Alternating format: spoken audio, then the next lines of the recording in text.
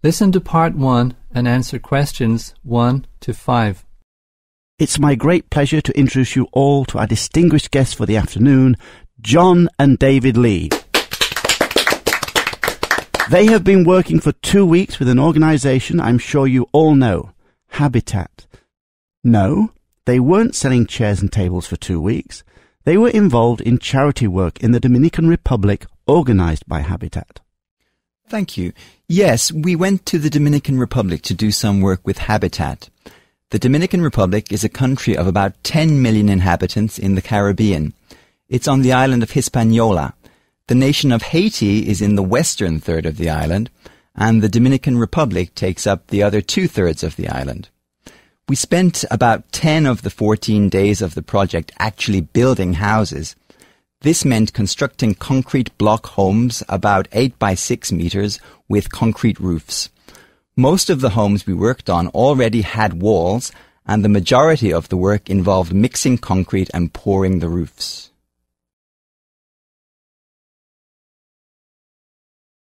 Now listen to part 2 and answer questions 6 to 10. Did you have any problems when you were building the homes? Well, water was a big problem, but we obtained it for the concrete from a creek near the town. Every morning we headed down there in an old pickup truck and scooped water into oil drums, which we covered with reeds to minimize splashing.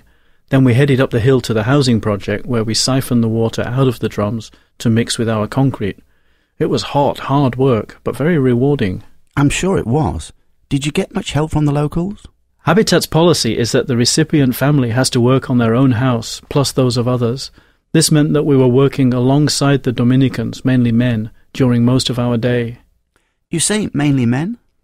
The women were assigned cooking duties. Women's lib has not arrived there yet. It was interesting to see the attitudes change towards the women in our group as the weeks wore on. Dominican men, like many Latin Americans, tend to be naturally chauvinistic, and were quite surprised at the stamina of the women in our group. Many Dominican males seem to have mistresses as well as wives. Very strange, considering it's such a strong Catholic country.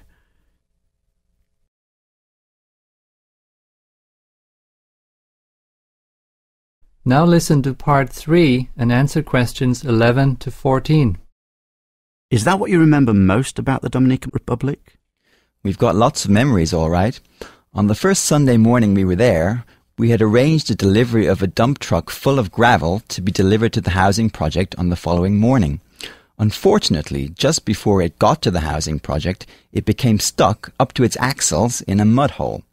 We had to dump the entire load, about 12 yards of gravel, out, then dig out the truck, and finally shovel it all back on board again.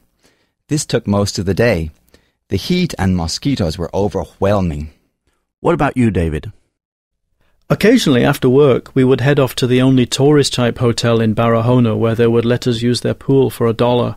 It was quite a strange feeling seeing all the rich tourists lying around the pool sipping their drinks.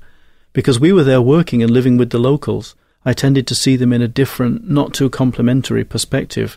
I've never felt comfortable with a package-type holiday since.